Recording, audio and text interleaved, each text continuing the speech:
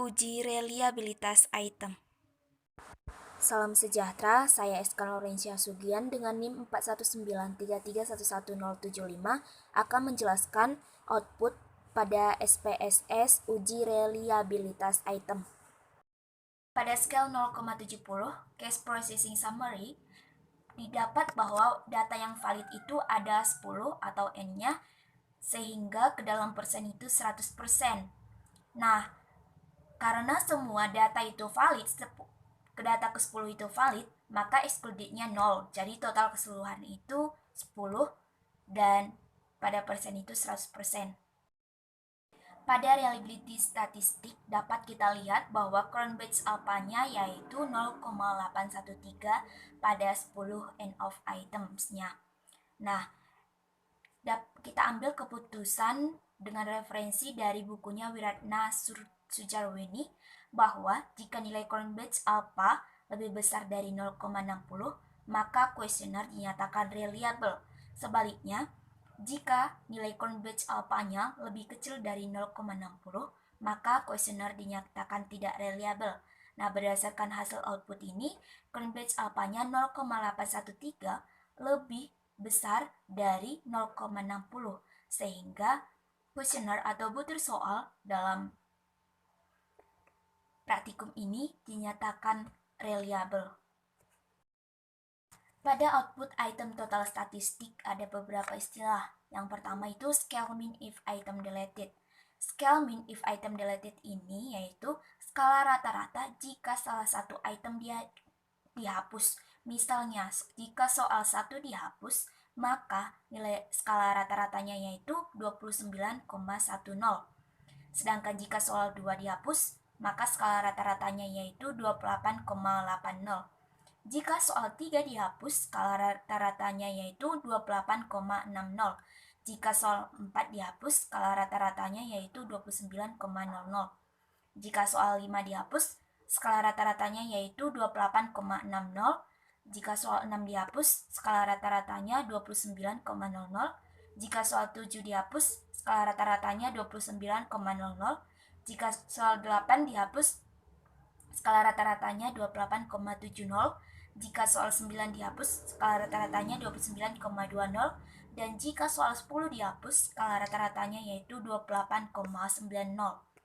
Nah, untuk istilah scale variance if item deleted ini, skala variance jika salah satu item dihapus. Misalkan, jika soal 1 dihapus, maka skala variance-nya yaitu 13,433. Jika soal 2 dihapus, maka skala variance-nya itu 13,067. Demikian seterusnya hingga soal ke-10, yaitu 13,878. Pada corrected item total correlation, kita dapat mengetahui data tersebut valid atau tidak. Nah, keputusannya yaitu jika R hitung lebih besar dari R tabel, maka item tersebut valid, dan sebaliknya jika R hitung lebih kecil dari R tabel, maka data tersebut tidak valid. Nah, N setiap item itu adalah 10, maka R tabelnya adalah 0,632. Nah, dapat kita lihat dari output ini bahwa item soal 1 itu korelasinya yaitu 0,594 lebih kecil dari 0,632, berarti item soal 1 tidak valid. Soal 2 itu korelasinya 0,847 lebih besar dari 0,632, item dinyatakan valid. Dan item soal 3 0,542 lebih kecil dari 0,632, item dinyatakan tidak valid. Untuk item soal 4, korelasinya 0,188 lebih kecil dari 0,632, sehingga itemnya tidak valid. Soal nomor 5 dengan correlation 0,208 lebih kecil dari 0,632, item juga tidak valid. Untuk soal nomor 6 dengan correlation 0,188 lebih kecil dari 0,632, item tidak valid. Untuk soal nomor 7 dengan correlation 0,654 lebih besar dari 0,632 sehingga item dinyatakan valid.